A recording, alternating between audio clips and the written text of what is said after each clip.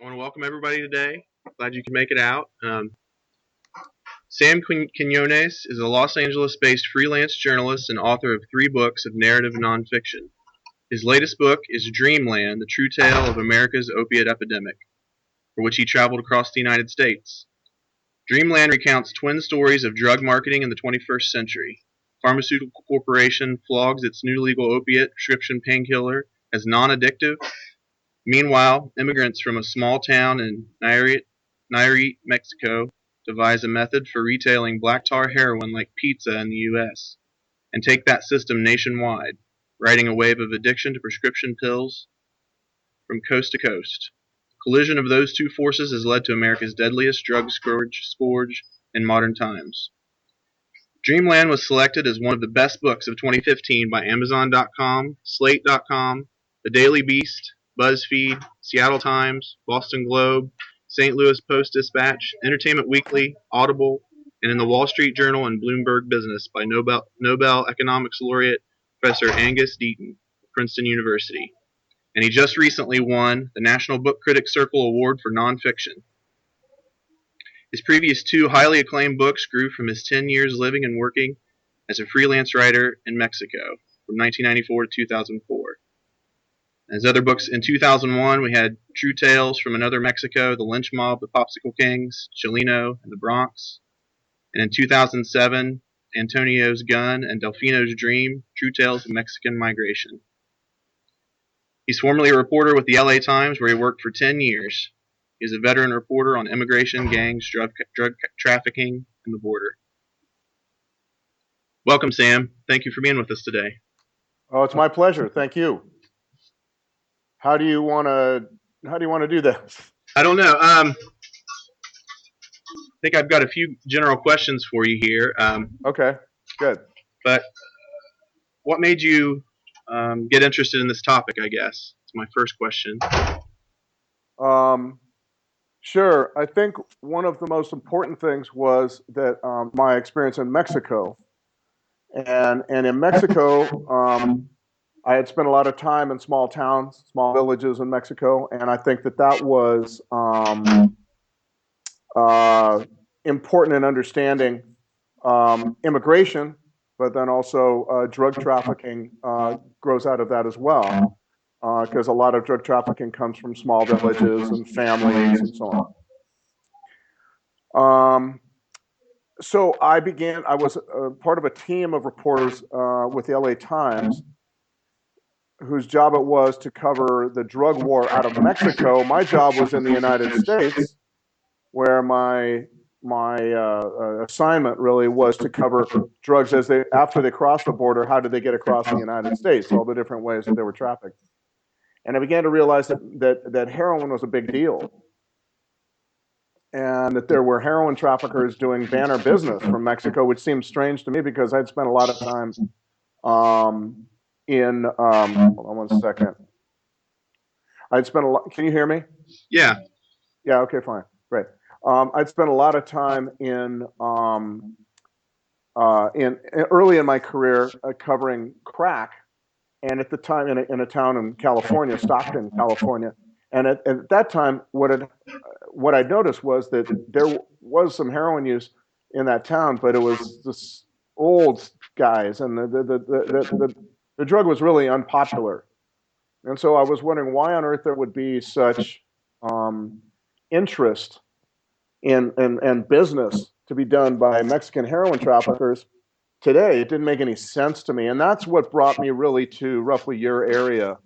Really, it brought me to Huntington, West Virginia. I noticed that a series of stories in 2007 in which a bunch of people had died of black tar heroin overdoses in Huntington, West Virginia, and that made no sense to me either for a couple of reasons. One, black tar heroin in this country, in this hemisphere, is made only in Mexico. It's heroin, but it looks like Tootsie Roll. It looks kind of dark and sticky, and it's just as much heroin as white powder or brown powder heroin, but it's less processed, semi-processed heroin.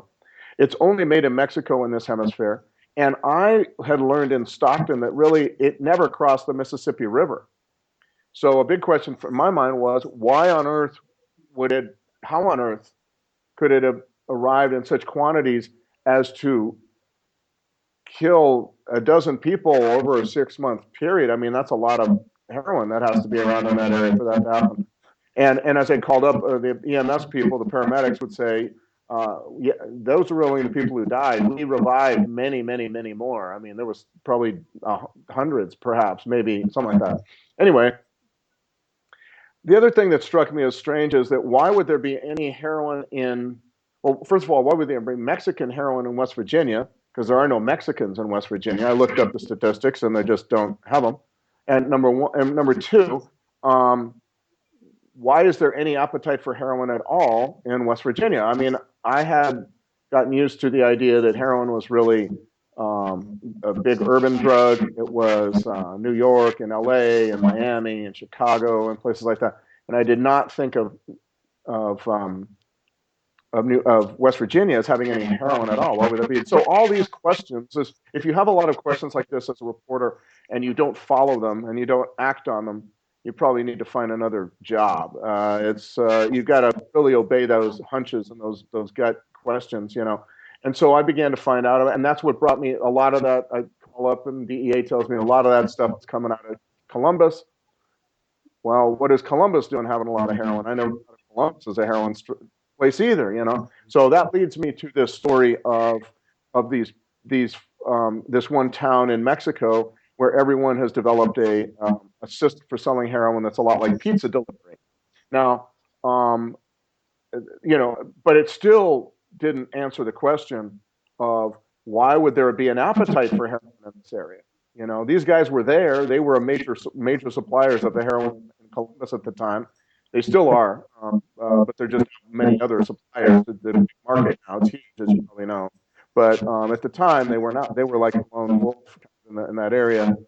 And so you know, but the question still was, why would anybody want heroin? And that didn't make sense to me. And that's when I began to understand the connection of this whole issue from Mexico to the pills. And the thing is, I had been in the big move to prescribe pills very heavily in the United States began in the mid 1990s and really accelerated into the late 1990s, early 2000s, when pharmaceutical companies and pain specialists were really pushing these pills as a solution to pain and all this kind of stuff. I was in Mexico at the time. I was completely oblivious to it, so I knew nothing about this stuff. I didn't know what an OxyContin was. I didn't know what Vicodin was when I first started the story. I mean, and so I then had to realize that was the reason why there would be such a big demand for heroin of all things in rural areas, and that really struck me. How could these rural areas have a demand for heroin? I mean, my God, that made no sense.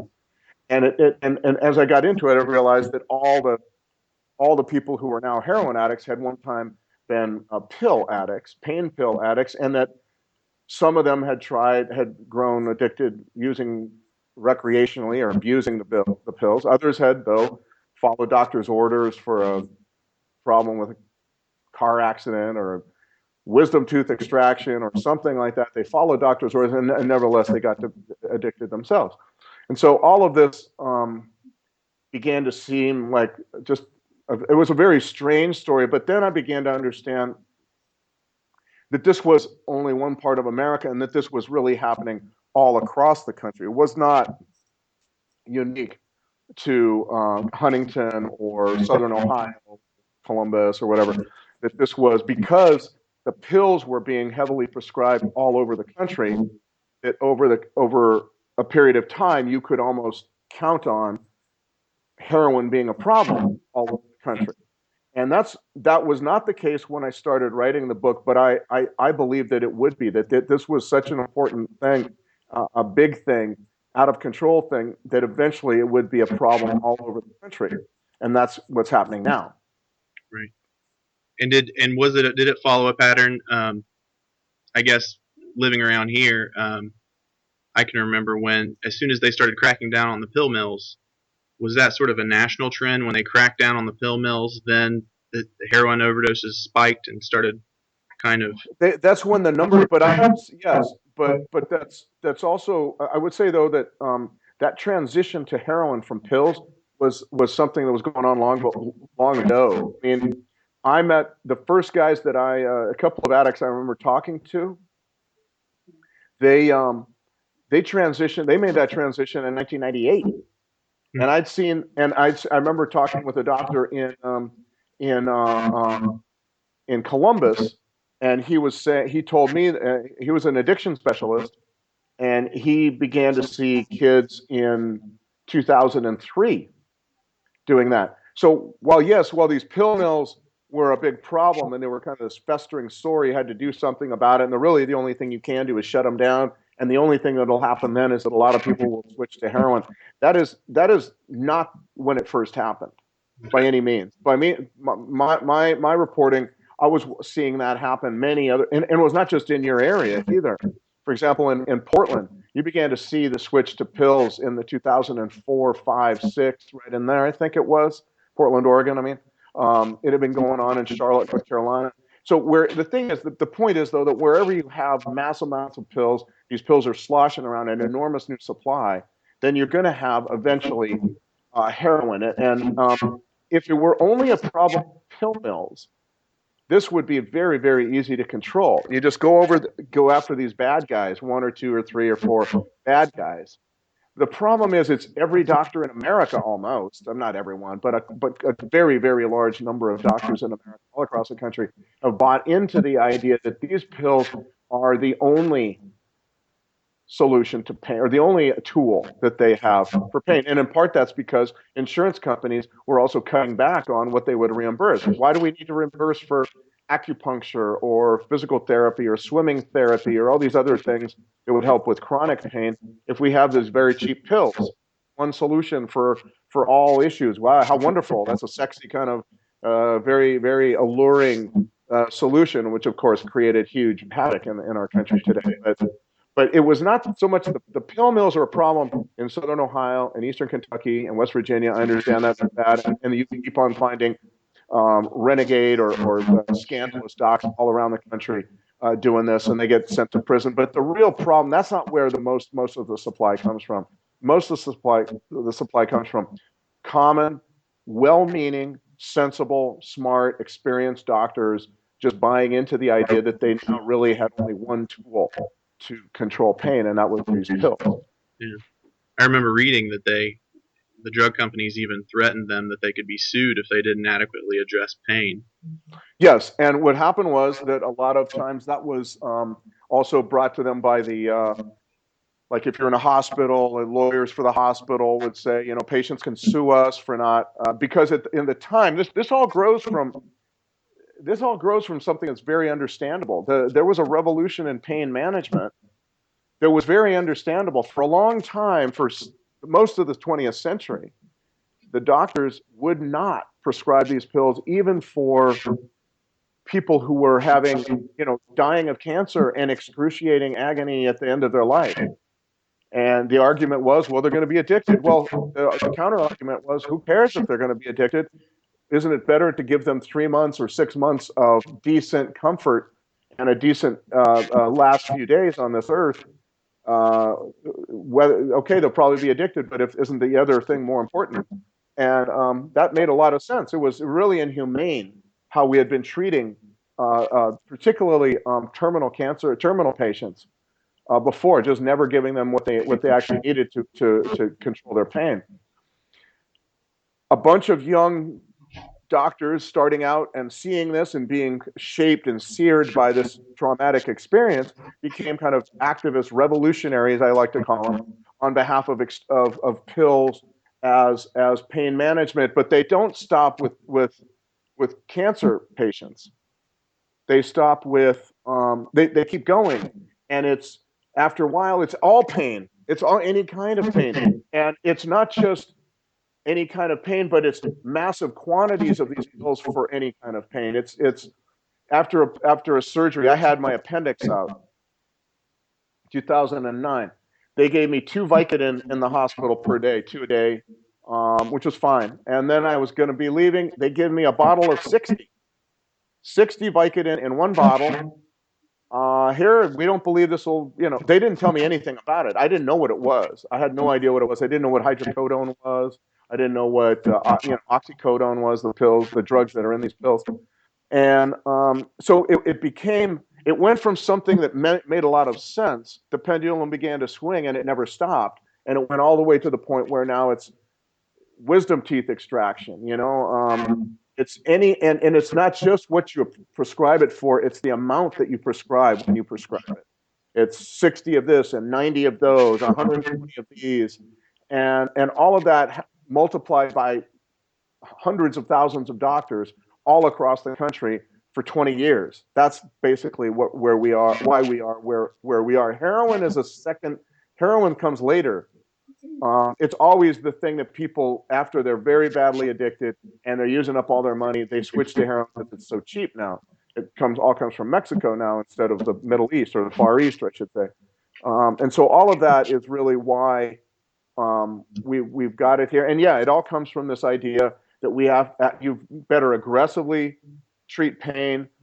We can sue you. The patients can sue you. You'll lose your hospital privileges if too many patients write bad evaluations for a doctor saying he didn't give me the pills that I needed, or something. He didn't treat my pain aggressively enough, that kind of thing. Code words for he didn't give me enough dope, basically, or give me enough pills.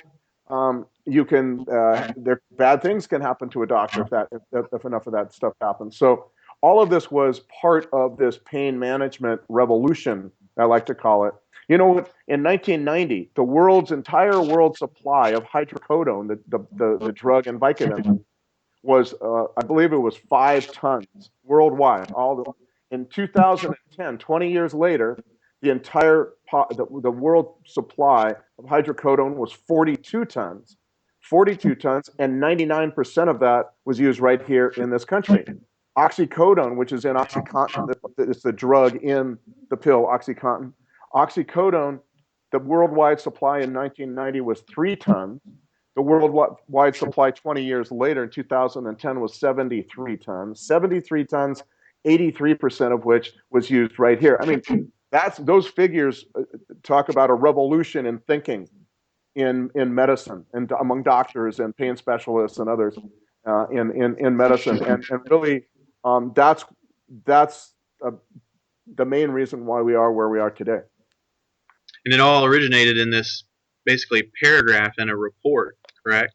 Like a paragraph saying that what happened was they were trying to convince doctors, general practitioner docs, that these pills were now non-addictive if you use them to treat pain. Now, this is contrary, of course, to some people don't get addicted. It's true. Other people do, but you can't know who those people are ahead of time. This is the problem. And they began to say that we now know that they're non-addictive. Well, they looked around and there are no studies to show that. There's no evidence that shows that these pills are non-addictive for pain. For some people, they aren't. For some people, they are. But you can't know that ahead of time. It's very difficult to figure that out. Who will be vulnerable to that? And so they began to cast around for things that might help their argument. And one thing that they found, the most important thing that they found, was a small letter, a 100-word letter in the New England Journal of Medicine in January of 1980, written by a guy named Dr. Herschel Jick. Dr. Jick played no part in this, really. He's still alive. He has he runs a database of patient records of people who have spent time in hospital. And he's been doing this for many, many, many years. He was 88 when I talked to him a couple years ago. So he had this patient, and he was used to crunching data that he found in this database of these patient records. At the time, I think there was 300,000 patient records. Now I think it's up to 6 million. But whatever the case, at the time in 1979, it was 300,000, and he was used to asking questions. What happens if you use this drug? What happens if you use that drug? What does the data say? And at one point, he asked the data. He asked the computer guy to crunch the figures on how many people of these 300,000 were given a narcotic painkiller in hospital by doctors in hospital, and how many of those got addicted. And the first number is 11,000 he found, and the second number is 4. So almost nobody got addicted. But of course, these were hospital records of people who had been in hospital during the 70s and 60s and 70s when you got these pills or these drugs under very, very controlled circumstances, and under no circumstances were you given these drugs to go home with, to take home with you, ever. It was always in hospital. And of course, when you have very, very strict control and very, in a hospital setting, yes, you're going to have very few people addicted. But the pain specialists took this to mean the headline to the letter was "Addiction Rare in Patients Who Receive Narcotics," something like that. I don't have it in front of me, but it's something like that. I always wonder what it would have been like had they had a different headline, because that headline seems to say addiction is rare in patients who are treated with narcotics. Herschel Jick wrote this up in 101 words, his findings. It was not a study, it was not a report, it was nothing scientific. It was just something he noted. Wrote a letter noting this to the New England Journal of Medicine, and they published it in January of 1980, where it eventually is forgotten for several years until these pain specialists come across it looking for some kind of evidence that these pills will be non-addictive to virtually everybody. Under 1% is what they said. Under less than 1% of all people using these pills for pain will get addicted. That's nonsense. That's patent nonsense. I think everybody recognizes that now. But the only place you find that is in this letter, which can be called Porter and Jick. Porter being a grad student, Jick being the real author of it. And pretty soon it's taken and they run with this idea based on this letter. Nobody reads the letter except for a few people in the pain specialty. Nobody pays attention to it except for that it's used as, no one goes and looks for it in the archives of the New England Journal of Medicine. It's just used as proof. And after a while, it's spoken of so often and cited in footnotes so often that it just becomes kind of like as if everybody has read it, although nobody's read it. And so what ends up happening is you have all these people begin to say, oh, well, Porter and Jick, and pretty soon the media or the scientific media gets it. Scientific American, that's with some medical journals. Porter and Jick shows that that this is, we've terribly overestimated the risk of addiction. And then finally it becomes a report, referred to as a report, and then it becomes referred to as a study, and then it becomes referred to as a landmark report, and finally a landmark study. Time Magazine 2001 edition of Time Magazine, they referred to Porter and Jick as a landmark study that does a lot to change what we know about addiction, and none of that was true. But it was the cornerstone of this revolution in pain management that we are now seeing. Again, some people, it's very true, some people are do not get addicted to these things. Some people don't like them. Some people have the proper use, the proper effect. They control the pain, and that's good. But many people have been addicted. Anecdotally, I know this to pills that they used exactly the way doctors prescribed them and all.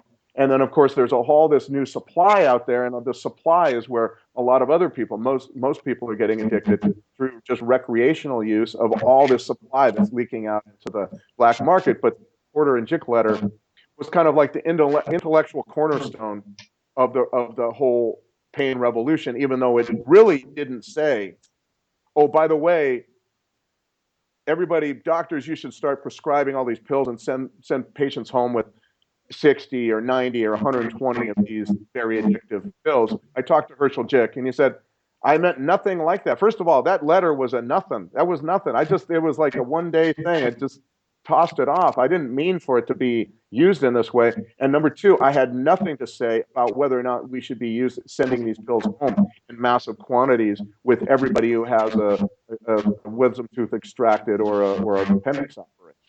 Right. One of our book club members had a question about, and I think around page 156 of the book, you mentioned that something about the moral ambivalence of Ohio river towns and the Rust Belt, sort of making them a little more vulnerable to to the epidemic. Uh-huh. Can you clarify a little bit about that? Sure, yeah. What I meant was that and I got this from as certain areas begin to deindustrialize and the jobs leave, things become very desperate. And at that point, there isn't um, for among some people, and I've got this from basically one guy that I talked to about this, about how it seemed to him once that began that it like anything was morally okay to do. Now I know that's a generalization, but it seemed to me that when you're desperate, when you don't have any work, when you don't see any work on the horizon, when things are really desperate and difficult, then at that point, all kinds of things become kind of okay. Marijuana growing is one example, that kind of thing. That once that kind of decay set in and the destruction of jobs and community set in, that after a while people like rationalize a lot. And I've seen this also in Mexico, where poverty is there never was a good old day. It's just difficult. You know, there's always this pressure from poverty. Poverty is always there, and that's how this one town, this small Mexican towns are extraordinarily conservative and traditional places. Drugs are not okay in small Mexican towns. I can tell you. Think in terms of, well, some of towns in southern Ohio or in Nebraska or in, I don't know, Kansas or someplace, or Wyoming. You know, there's a real small town life in most of the world. I think is traditional, conservative, not given to wild experimentation and anything. This town was like that too, but poverty has a way of kind of massaging morals a little bit, and you'd be willing to do things that maybe you wouldn't be willing to do otherwise. And what I think ended up happening in a lot of areas is that people began to see certain government programs as a life strategy. Workers' comp being one, SSI and SSDI being two others. And I could understand it. It was like a need to find a way out, and I think that's what gave rise to, for example, David Proctor in Portsmouth. He was I think a doctor who came in '79 to Portsmouth just as the town was about to head south economically and in community sense as well. And as time went on, he probably did not come with like scandalous morals. I think what ended up happening was he began to see people who were in desperate straits come to him and say, Doc, I need workers' comp. You need to say that my back hurts and therefore I can get workers' comp. And over a period of time, you began to see this. And I saw this in the reports, in the investigation into him. There were two investigations done by the state of Kentucky, because he was actually in South Shore, Kentucky, right against Portsmouth there. And the first one was in 1988. And it showed, if you read the documents, you see that he's a doctor who was trying very, very hard to do the right thing. That's what seemed to me. It was just extraordinarily difficult to do the right thing when all these people were coming to him with these very serious, very scary stories of life kind of on the skids and no job and my family and that kind of thing. And he began to go along with that and say, I understand that. He was seeing these people right up close and personal. And he was, for a while, he would help them, but he would also try to find solutions to their pain that were not pill oriented and that kind of thing. Fast forward 10 years, and here's a guy who is completely off the rails. You read it's very interesting reading to read those two reports of his in 1988, and then 10 years later, and he's now well into the pain revolution. OxyContin is a game changer, and now by then it's like there is no moral compass here. He's extorting sex from drug addicted women with their kids in the office, and horribly manipulating horribly people. And I think this is a way a lot of pill mill docs actually became pill mill docs in a sense, in that they had their morals. It was not that they were evil people and to begin with, but amid this problem, their morals and their compass was gradually, very gradually over years warped. And some people were not. Some people were just scandalous guys to begin with. I think I kind of have a little bit of a sympathy for David Proctor, because it seems to me that he was trying for a period to do the right thing, and then by the second investigation, wow, it was scary, the stuff that they were saying was taking place, and there was no attempt to really find solutions, pain and medical solutions for people. It was just bald faced, kind of barefaced, money grabbing, that kind of. Hey Nick, can I say something Sure. right there? If you don't mind. Hi Sam. He might not be able to hear you. You can step over here. You can- One of our members wants to talk to you.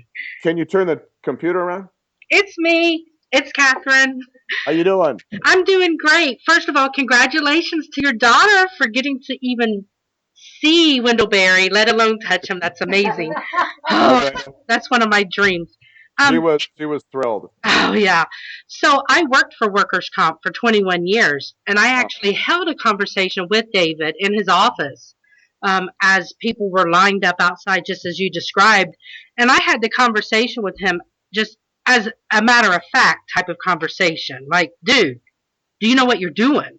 Right. You know what's going on. Let's snap out of it. And his response to me was, and it was probably, well, it was in the 90s, we'll say mid 90s probably. He said, Catherine, I don't know what to do. Because if there's one person that comes into my office and they're really in pain, I don't know how to deny that one person if I'm not giving, everyone. And he felt like he was trapped. Now, like you said, though, I think as the continuum of time passed, it felt more right to him because he did become very well. He was always kind of materialistic, anyways, but the materialism with his sons, it just grew. That money needed to come in to keep up all of their necessities. I suppose you could say that. But I would like to know, and I was very interested. Is David's out of prison now? Correct? Yeah, he's in Canada. Is he in Canada? I figured that he went back home. Yeah. Yeah, he got in touch with me after he got out because I wrote to him in prison. He was in Lexington, where they have a prison hospital. He's an older fellow, and I wrote to him requesting an interview, and he said no, and so I said okay, fine, whatever. But then he gets out and he sends me an email, but he wanted me to pay him for the interview, and I'm just not going to do that. I don't do that. So I told him that, and that was the last I heard of him. He wanted some kind of money. I mean, I think I tried to explain to him that, first of all, even if I had money to pay you for an interview, I don't have a lot. I'm a freelance writer, man. I got no, give me a break. That's like, I make more money flipping burgers at McDonald's probably, and so I did. And by the way, you are going to be all through this book, I told him, and you might want to, comment. And he didn't go for that. So I may get back at him now that the book's out and say, hey, man, why don't you tell me your story? Because I do believe that there is a story. He has a story to tell. It's not like he was this exploitive, diabolical, evil guy to begin with. But when you're in that situation, and when people in that situation are coming to the doctor as the only hope, right? And please, doc, you don't understand. I mean, I don't have a job anymore, and I need this workers' comp, or I need SSI, or I need SSDI, or whatever it is. Mm-hmm. And I need you to write the diagnosis saying that I need this. That is what, after a period of time, as you say, you get warned. You get lots and lots and lots of people begging you, and people and maybe some of those people you have treated since they were toddlers. it becomes very difficult to maintain your moral balance to me. Well, and then the ratio, I know working at workers' comp when I did, the ratio of injured workers who were needing physicians to physicians who were certified to be workers' comp physicians was not, I mean, Dr. Proctor was one of the few in Right. the area that would even fill out the paperwork. So, Sure. and then workers' comp, of course, we paid for all those meds. It was like it was crazy well, it Yeah. was just crazy. But anyways, that was pretty much. And you know what? I think about you when I'm in Manchester, Ohio. You mentioned Manchester is right down from Aberdeen. Right.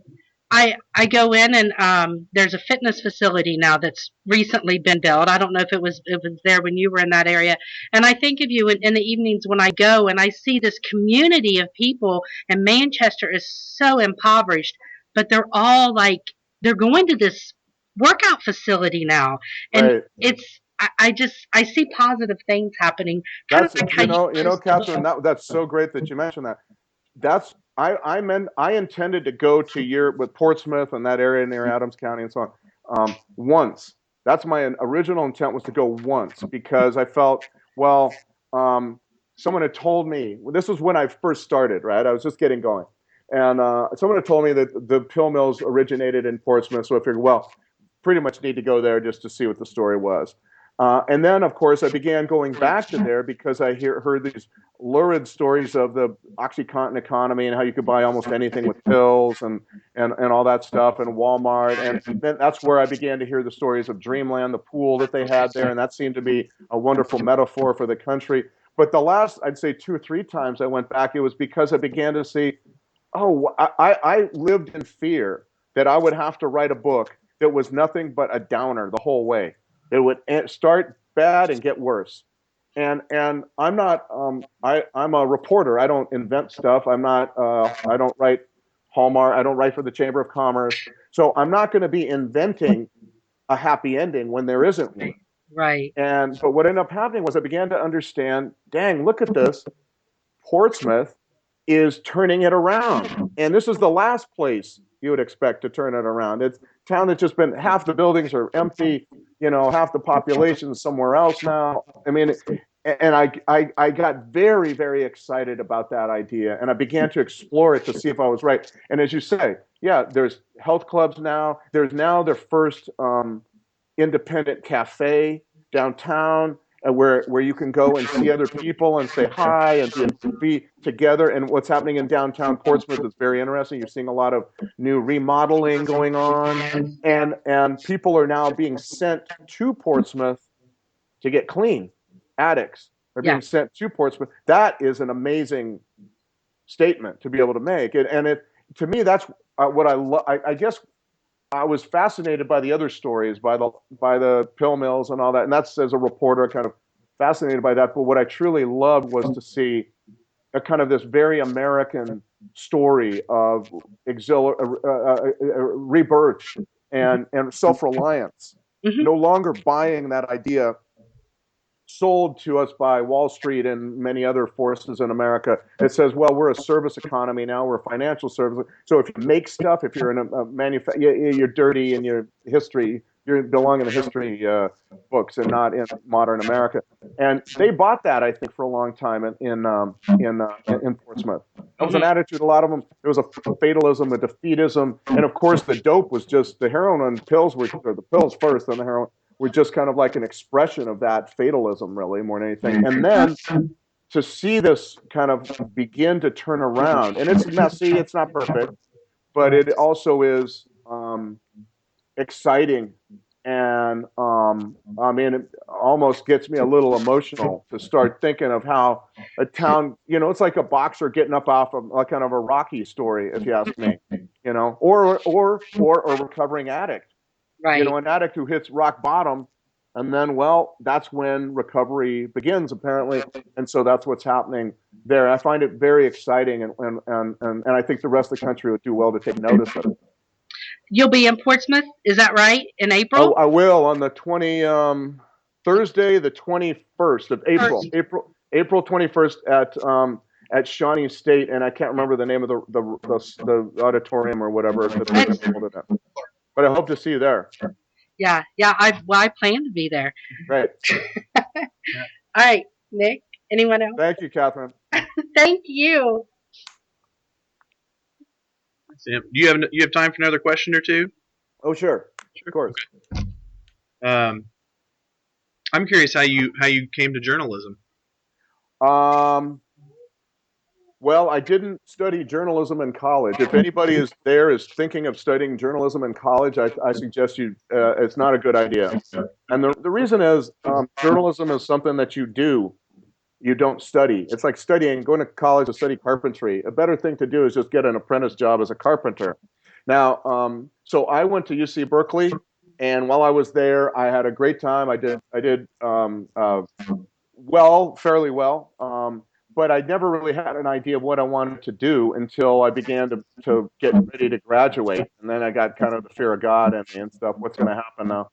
And I began to do a bunch of internships after college at different media, radio station, a couple of newspapers, a magazine, that kind of thing, just to learn. Meanwhile, I was driving, I was a courier, driving little trucks around town, delivering packages in San Francisco.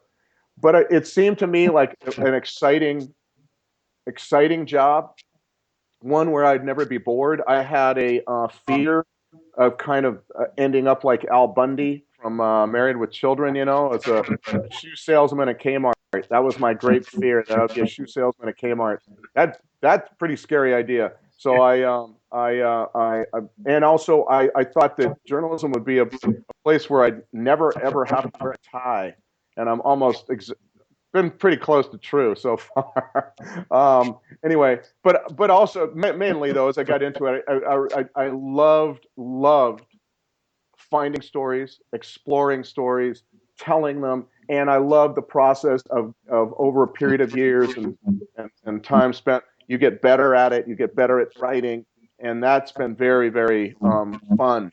It's like never boring, and it's led me to amazing places. One of them is your neck of the woods there, Mexico, all over Mexico, and then many parts of America as well. It's a very fulfilling job. The way you get into it, I think, is you study something else. You study biology, you study psychology, English, economics, whatever, business, but you take a couple classes in journalism, and then you work at the school you go to in the radio, in the newspaper, at the magazine, whatever, any experience you can get, because it's all about getting the experience, and then you parlay that into the first job. But it was really the attraction of the job, how much fun I could have, how exciting it would be, how interesting, and it's never, I mean, really, although I've had a couple of bad bosses, I would say it's almost always been so fun and so the best work you could have, and I love it, and it allows me to go places and hear stories and see things that very few people get to see and hear. So, yeah, very much worth it. And I wanted to thank you just for putting all those pieces together, because I think living around here, you're in the thick of it, and all this is going on, and it's hard to see all of those. I mean, all the way in Mexico, as a part of the equation. Oh yeah, no, that's the together. thing. The thing is that there's a saying: you don't have to worry about your neighborhood becoming a bad neighborhood. A bad neighborhood will come to you, and which is to say that we're all kind of connected, and you cannot say, well, that's over there, it doesn't affect me. How could Mexican heroin kill a dozen people in Huntington, West Virginia? It's because West Virginia, with no Mexicans, we're still all connected. It's very, very difficult to break that apart and remain in a little castle with a moat around you. It's not possible. And that became my story. I thought to try to piece all that together. I remember this one kid who died, Adam Johnson. I remember standing at the river thinking to myself, I can almost feel that there's like all these different stories that combine into one behind the death of this one kid, and trying to piece those together and isolate them, and then piece them all together, and then tell the story was the job. So, and what Are you working on any other projects right now? Yeah, I'm trying.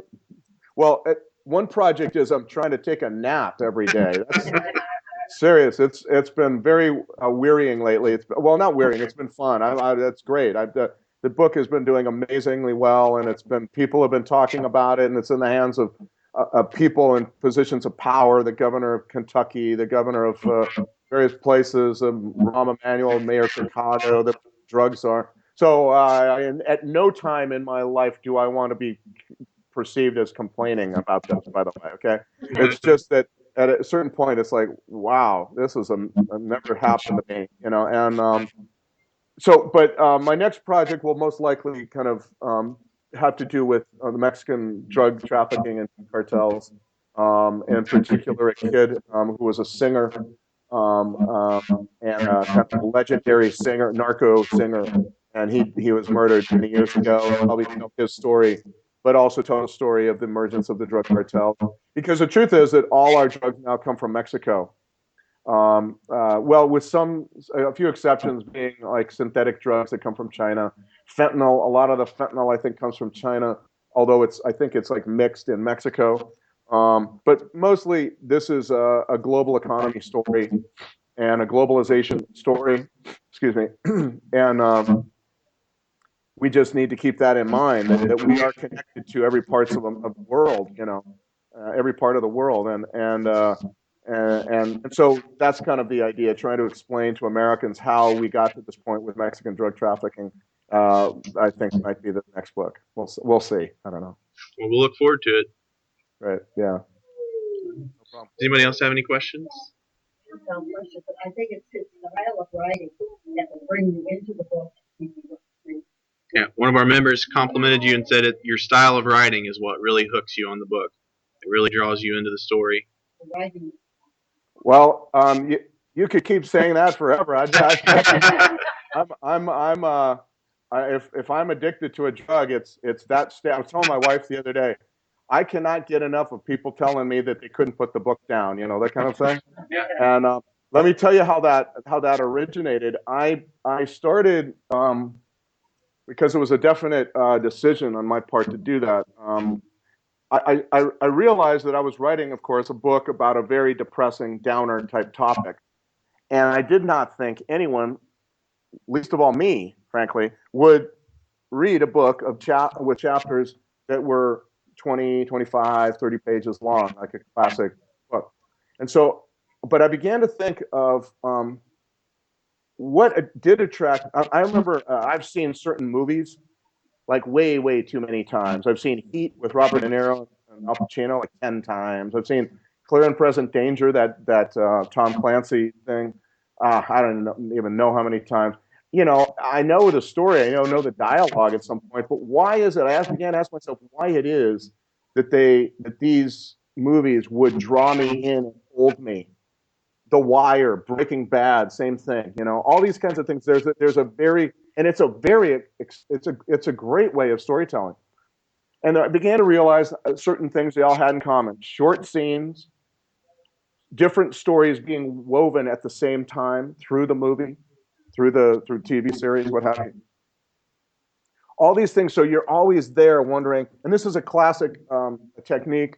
I think they were used in soap operas, used in serials back in Charles Dickens' day. He wrote stuff like that, And so I began to say, I began to say, I want to think of this book as the printed version of a Tom Clancy movie.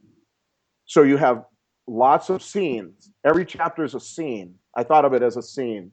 And they're all they come in different order because you want to keep people reading and you want to make sure that they understand that the point is that these scenes, these stories are all going to connect at one point. You just got to stay with it and you'll see it, and people get addicted to it. I've had people tell me that, and it's very, very gratifying. I cannot tell you how gratifying it is to hear this kind of stuff. But one guy, several people actually, one guy wrote me, but a few people have mentioned it, that they engage in what they call binge reading. The same way you binge TV, like watching the last the next episode of The Wire or House of Cards or Breaking Bad or whatever at 1 a.m, even though you shouldn't. You should go to bed. People have told me that's how they've read the book. And man, I just can't tell you how in love with that idea I am. But that was really the idea. And in fact, first, I designed, you know how in those thriller movies they have, a scene will start and they'll have that ticker tape across the bottom, Langley, Virginia, or Dubai or Berlin or something like that. Well, that's really how I designed the book at first. Every chapter had only a date line: Portsmouth, Ohio, Portland, Oregon, Jalisco, Nayarit, wherever, that kind of thing. Then my wife read the book and she said, you need more. You need more. So if you go look at the chapters, it still has those date lines that I had originally, but they have something. And she said this saved the book. Honestly, my wife saved the book in this way. She said, you need to have a clue at the start of a chapter that this chapter that the reader is about to read is connected to the one that was 3 chapters earlier, and it's connected to the one that'll come in 5 chapters later. Yeah. And that was a brilliant thing that honestly saved the book. It was absolutely what needed to happen. I was so kind of fixated on the clear and present danger, Tom Clancy kind of idea, that I didn't understand that it really did need that, because books are different from movies. Movies are very quick, and you can tell immediately from the scene where the people are, maybe. Now, I needed to let people know. So I needed to if it was Enrique, the kid from Nayarit, every chapter with Enrique has Enrique's name. So okay, these are 4 or 5 chapters of Enrique, and this is the 4th one, and I can see that it's coming. And then the man, and then Portsmouth, Proctor, Liberace, as I call them, all these different ways of connecting chapters, stories that come, though they are separated by 3 or 4 or 5 chapters at a time. And that was kind of and always keeping them short, like a scene, like a movie scene, like 3 pages, 5 pages. Never, I think there's maybe 1 or 2 chapters that go beyond 10, 15 pages. I think 10, 15 pages may be the longest. But it's always like these short scenes. It keeps people on the edge. It keeps people reading. And it keeps people fascinated by the different stories that are going, I hope. But then also is a way of overcoming the downer aspect to the story, and people are riveted by that, instead of the fact that one more. And the other thing is also, here's the other thing. In this story, I consciously did not describe an addict shooting heroin into his veins. I did not do. You'll not find that in the book, and the reason is a few-fold. By the time the book came out, they were seeing the first stories about heroin, and every newspaper story was accompanied by an arm and a needle in the arm. It became cliche. It was already cliche even before that. But also, this was a story about other things. It was a story about who we become as Americans, and that was a distraction. That was kind of titillation, lurid titillation, and I didn't want any part of that. So you look through a whole book on heroin, you'll not find one. It's not that I'm Pollyannish about it. I just felt that had been done so many times, and it just distracted from the overall story. Yeah. And for my part, anyway, the reason it hooked me so much is that for so long it's been an issue that it's so mystifying. You're constantly like, why us? Why here? Why is this happening? And each piece, each chapter was a little more of that puzzle, another piece of that puzzle, and it was just had me hooked. Yeah, well, that's, as I said, that was the job that I figured I needed to undertake, was I ran into that attitude that you just expressed elsewhere, and I began to think, that you need to write it as if you're talking to a parent of a kid who just died and has those very questions, like the Schoonovers in Columbus. They became kind of the people I was talking to. Like, this is or Adam Johnson's dad in Huntington. This is how this all happened, and it's complicated. There's no bogeyman. I don't blame David Proctor. The pill mill guys are like a very small percentage of what's actually going on here. It's a complicated story, and it has to do with who we become, free trade, globalization. Oh man, it's just a lot of things, and I loved the complexity of it. The complexity of the story is what really got me excited and committed to the story above all. Right. I have a quick question, and I'm not trying to sound political, okay? But this wall that is being, suggested that we're going to build this big wall to block Mexico off from the United States. Can you hear her at all? Yeah. Okay. Will that wall, since you know a lot about how these drugs, or have investigated how these drugs get into the states, will this wall stop those drugs from coming in? Ma'am, there is already walls all along the border. I don't know. I would invite you to come to Tijuana and San Diego. Tijuana there is a 14-mile, there are two walls between Tijuana and San Diego. One is put up in 94, the other about 10 years later. They start 50 yards into the Pacific Ocean. One of them, I should say, one of them starts 50 into the surf. You're in the surf, 50 yards into the surf where that wall starts. And it goes for 14 miles, and it stops only for the two border crossings in San Ysidro and Otay Mesa. There's two walls there, okay? And that's one wall. Then there's another one. That's a kind of an iron wall, iron corrugated iron. And then the next one is a wall that looks a lot like a prison, the modern prison wall with barbed wire and stadium lights, and it goes and goes and goes and goes. And these walls, they served a purpose. They brought order to the border when there was none back in the mid 1990s. I totally recognize that they did serve their purpose, but walls do not seem to stop drugs unless you want the country. People want the country to become like North Korea and walled off, sealed off. You can seal the country from trade, but that is such a harmful thing. That is such a colossally harmful thing. No one in a right mind would suggest such a thing. The idea that you can build a wall, first of all, again, there are walls all along the border. In Nogales, there's a wall. In Juarez, there's a wall. There's walls everywhere. There may be some areas where there aren't any, but normally those are areas that are so forbidding. The wall in Tijuana ends at an enormous mountain. And so building the wall up that mountain, which I think is 5,000 feet high or 4,000, something very tall, anyway, it just seemed, I guess, counterproductive or a waste of money, because you can see people coming down that mountain for about 2 hours before they get to the bottom of it. But my feeling is that walls don't distract. This is a distraction from the real issues that we need to undertake, which is on our side of the border, we need to stop creating addicts with all these pills being heavily prescribed. As long as you have that, you will have, as long as the supply is there, it'll create the demand that'll keep demanding heroin from Mexico, and people will continue to find ways of getting it across. Heroin, you should understand, marijuana and cocaine are very different. They're bulky. They're very bulky. You got to fill trucks with this stuff. Heroin is not bulky. You can get a lot of heroin into a fairly small compartment. And the guys that I write about in the book, they cross that stuff in backpacks, in shoes, in purses, in boom boxes.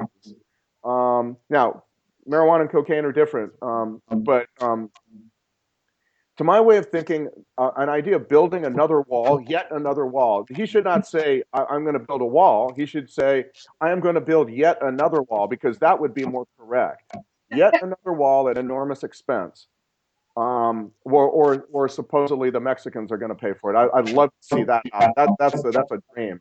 But the real problem with that idea is that it distracts us from the real complicated stories that we need to deal with, and complicated issues that we need to deal with.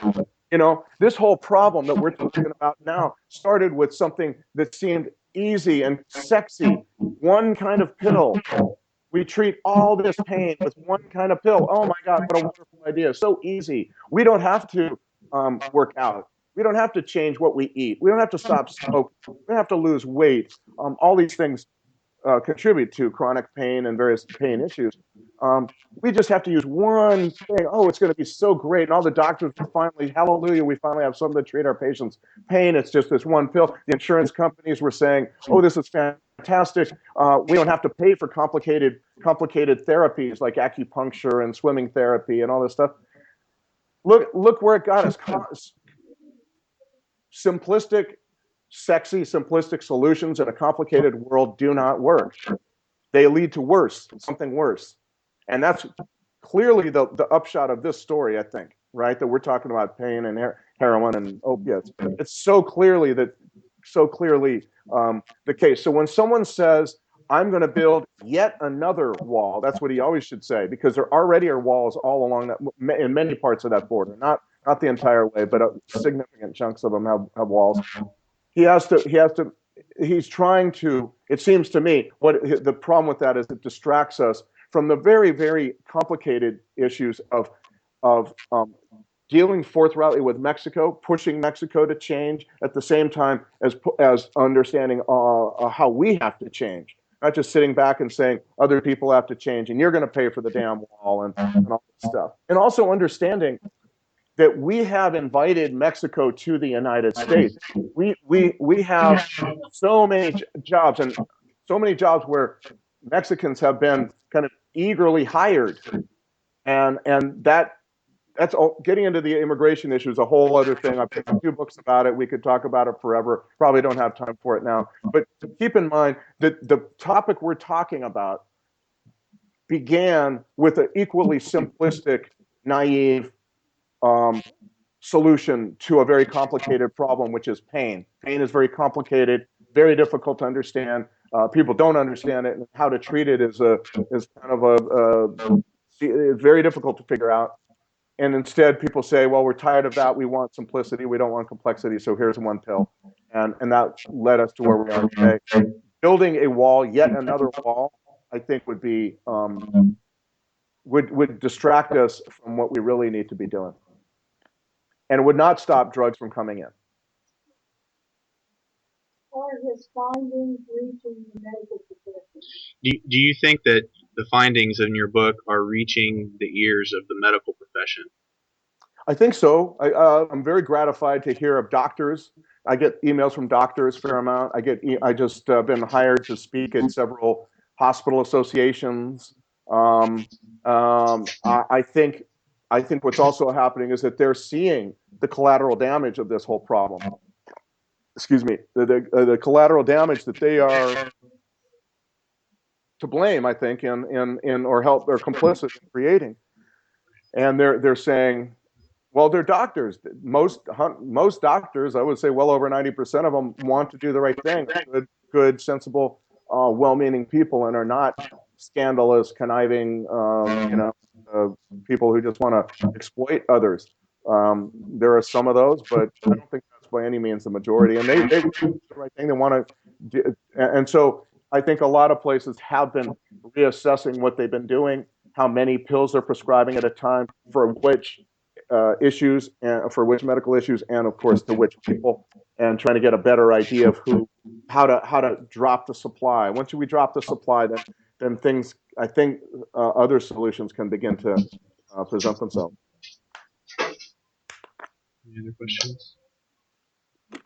I have one last question. Since we're a library book club, do you have a favorite book? One favorite book? Oh man, Or few. Mark Twain is my favorite writer by quite a bit. Life on the Mississippi is a great book. I've read Huckleberry Finn, I think, 4 times, and that's magnificent. I highly recommend Mark Twain if you're recuperating from some long illness or surgery. It's one of the great ways to spend time. As far as journalists go, my favorite writer and journalist is a guy named Calvin Trillin, who is worked for the New Yorker. He's an older fellow now. He wrote a book called Killings, which sounds pretty ominous, but actually it's a story about how people who have died violently, but it really is more a story of how they lived. And that informed the way I became a reporter. I read that book when I was becoming a crime reporter at this one town in California, and I read it since, I think, 3 or 4 times. And that is a magnificent book of storytelling. It's such great storytelling. And as far as books on writing, I think there are only 2 books that you really need to read about writing in English. One is Elements of Style by Strunk and White, which is assigned to almost every English 1A class in America, probably. And the other one is a book called On Writing Well by William Zinsser, who just died at 99 a few months ago. And he wrote On Writing Well. You can find this for $1 on Amazon shipping. That is the best. That is such a great book on writing, and has just the right approach, which is to say, writing is rewriting. There is no writing the first time you're done. That's nonsense. It's writing is rewriting, and careful attention to removing clutter and being as clear and concise as possible. I teach writing workshops out here in LA, and that's the book I use. And so if you're looking for a great book on writing, apart from Elements of Style, which is kind of like a basic textbook, I would say On Writing Well by William Zinsser, just a great book. All right. Well, thank you so much for taking your time My to be with pleasure. us today. Thank you guys very much for showing up. I hope things are. I've been to Adams County, believe it or not. I've driven through and spent an entire day in Adams County one time, and just kind of want to get a feel for other places. And so I'm really pleased to do this. And thank you, Nick, and of course Catherine for letting me know this was about to happen. I appreciate the opportunity to talk to you. All right. I'm sure some of us will see you in Portsmouth in a little bit. Hope to see you all. Take it easy. All right. Have a good day. Thanks.